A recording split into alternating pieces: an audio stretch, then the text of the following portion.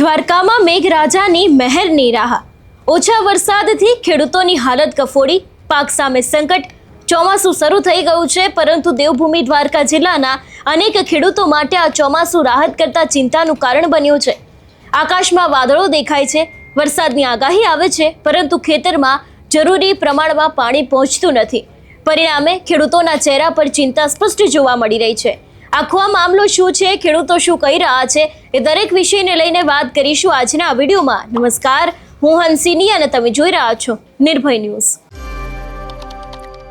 દેવભૂમિ દ્વારકા જિલ્લામાં વરસાદની આસમાન સ્થિતિ સામે આવી રહી છે. રાજ્યના અન્ય કેટલાક વિસ્તારોમાં સારો વરસાદ નોંધાયો છે, જ્યારે દ્વારકા સહિત સૌરાષ્ટ્રના કેટલાક વિસ્તારોમાં હજુ પણ સારા વરસાદની રાહ જોવાઈ રહી છે. જુલાઈના અંત સુધીમાં એક અહેવાલ મુજબ દેવભૂમિ દ્વારકામાં સિઝનનો વરસાદ માત્ર 1.40 ઇંચ નોંધાયો હતો અને તે સમયે જિલ્લો રાજ્યમાં સૌથી ઓછા વરસાદવાળા વિસ્તારોમાં હતો. ખેડૂતો માટે ચોમાસાનો સમય સૌથી મહત્વપૂર્ણ હોય છે. વરસાદ સમયસર અને પૂરતા પ્રમાણમાં પડે તો વાવણી બાદ પાકનો વિકાસ ઝડપથી થાય, પરંતુ વરસાદમાં લાંબો વિરામ આવે અથવા તો પછી પૂરતો વરસાદ ન પડે તો જમીનમાં ભેજ જળવાઈ રહેતો નથી અને ઊભા પાકને નુકસાન થવાની ભીતિ રહે છે. દ્વારકાના ખેડૂતોની હાલ સૌથી મોટી ચિંતા એ જ છે કે ખેતરમાં વાવેલો પાક વરસાદની રાહ જોઈ રહ્યો છે. વરસાદ ન પડે તો જમીનમાં ભેજ ઘટે અને પાકને બચાવવા માટે ખેડૂતને સિંચાઈનો સહારો લેવો પડે છે, પરંતુ દરેક ખેડૂત પાસે સિંચાઈની પૂરતી સુવિધા હોય તે જરૂરી નથી. દેવભૂમિ દ્વારકાના અનેક વિસ્તારોમાં ખેતી મોટે ભાગે ચોમાસાના વરસાદ પર આધારિત છે. આવી સ્થિતિમાં વરસાદ ઓછો રહે તો તેની સીધી અસર ખેતીના ખર્ચ અને આવક બંને પર પડે છે. ખેડૂત વાવણી માટે બિયારણ, ખાતર, દવા અને મજૂરી પાછળ ખર્ચ કરે છે. ત્યારબાદ જો વરસાદ સાથ ન આપે તો આ સમગ્ર ખર્ચ જોખમમાં મુકાઈ શકે છે. એટલે ઓછો વરસાદ માત્ર પાણીની સમસ્યા નથી, પરંતુ ખેડૂતોની આર્થિક સ્થિતિ સાથે જોડાયેલો ગંભીર પ્રશ્ન છે. હવામાન વિભાગ અને વિવિધ હવામાન અહેવાલોના ગુજરાતના અનેક વિસ્તારોમાં આગામી દિવસોમાં વરસાદની શક્યતા વ્યક્ત કરવામાં આવી છે. તાજેતરના અહેવાલોમાં પણ ગુજરાતમાં વરસાદી સિસ્ટમ સક્રિય થવાની અને વિવિધ વિસ્તારોમાં વરસાદની સંભાવના દર્શાવવામાં આવી હતી, પરંતુ ખેડૂતો માટે આગાહી કરતા ખેતરમાં પડેલો વરસાદ વધારે મહત્વનો છે. વાદળો આવે, પવન ફૂંકાય અને વરસાદની આગાહી થાય ત્યારે ખેડૂતોની અંદર આશા જાગે છે, પરંતુ જો વરસાદના બદલે વાદળો પસાર થઈ જાય તો ચિંતા ફરી વધી જાય છે. વરસાદમાં લાંબો વિરામ રહે તો પાકના વિકાસ પર અસર પડી શકે છે. જમીનમાં ભેજ ઓછો થતાં છોડનો વિકાસ અટકી શકે છે અને ઉત્પાદન ઘટવાની શક્યતા રહે છે. ખેડૂતો માટે સૌથી મોટો પડકાર હવે પાકને પૂરતો ભેજ મળે તે સુનિશ્ચિત કરવાનો છે. જ્યાં બોર, કુવા કે અન્ય સિંચાઈની વ્યવસ્થા છે ત્યાં ખેડૂતો વિકલ્પ તરીકે પાણી આપી શકે છે, પરંતુ સિંચાઈનો ખર્ચ પણ વધે છે. જો વરસાદ વધુ દિવસો સુધી ખેંચાય તો એક તરફ પાણીનો ખર્ચ વધે અને બીજી તરફ પાકની ગુણવત્તા તથા ઉત્પાદન ઉપર પણ અસર થવાની ચિંતા રહે. ખેતીની અસર માત્ર ખેતર સુધી સીમિત રહેતી નથી.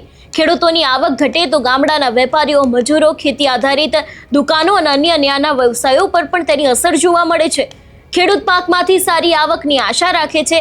આ આવકથી તે પરિવારના ખર્ચ, બાળકનું શિક્ષણ, ખેતરનું દેવું અને આગામી સિઝનની તૈયારી કરે છે. તેથી વરસાદની અછત આખા ગ્રામ્ય અર્થતંત્ર માટે ચિંતાનો વિષય બની શકે છે. ઓછા વરસાદવાળા વિસ્તારોમાં સરકાર અને કૃષિ તંત્ર દ્વારા સતત સ્થિતિનું નિરીક્ષણ કરવામાં આવે તે જરૂરી છે. કેન્દ્ર સરકારે પણ ઓછો વરસાદ ધરાવતા સંવેદનશીલ વિસ્તારો પર ખાસ નજર રાખવા અને રાજ્ય સાથે સંકલન જાળવવાની સૂચના આપી હતી.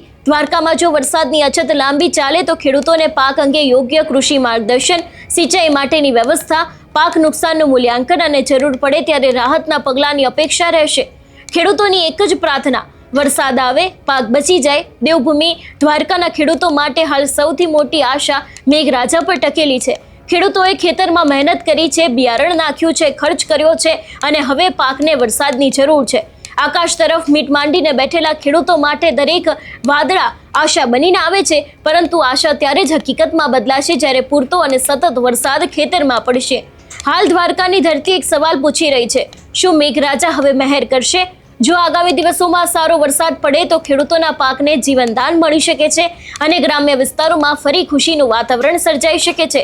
પરંતુ જો વરસાદનો વિરામ લાંબો ચાલે તો ખેડૂતોની મુશ્કેલી વધારે ગંભીર બની શકે છે. દ્વારકાના ખેડૂતો હાલ એક જ માંગ કરે છે, આગાહી નહીં, ખેતરમાં વરસાદ જોઈએ છે. તેના ખેડૂતોનું પણ એવું જ માનવું છે કે જો વરસાદ હજી પણ થોડો ઘણો પણ લાંબો લંબાશે તો ક્યાંક તે લોકોને ભારે નુકસાન થઈ શકે છે અને આને જ કારણે અત્યારે હાલ દ્વારકાનો દરેક ખેડૂત ચિંતામાં બેઠો છે અને એક જ વસ્તુની રાહ જોઈને બેઠો છે કે હવે મેઘરાજા ક્યારે અમારા પર મહેર કરે.